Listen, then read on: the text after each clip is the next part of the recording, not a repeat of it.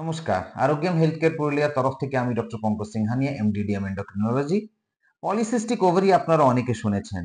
এখন প্রায় ঘরে ঘরে অল্প বয়সী মেয়ে কিংবা মহিলাদের ওভারিতে সিস্টের সমস্যা পাওয়া যায়, যেটাকে আমরা আমাদের ডাক্তারি ভাষায় পলিসিস্টিক ওভারি বলি। ওভারিতে সিস্ট হওয়া কেবলমাত্র পলিসিস্টিক ওভারি নয়, এবং যদি আপনার ওভারিতে কেবল সিস্ট থাকে তার মানে এটা নয় যে আপনার পলিসিস্টিক ওভারি আছে এবং সেটার চিকিৎসা লাগবে।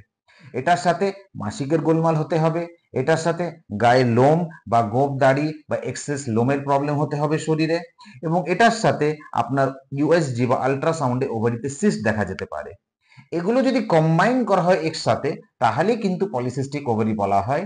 এবং এটা যদি থাকে তাহলে এটার উপযুক্ত চিকিৎসা একজন হরমোনের ডাক্তারবাবুর কাছে করে, চিকিৎসাটা কিন্তু অনেক দিন করতে হয়, কয়েক মাস বড়ি খেলে হবে না।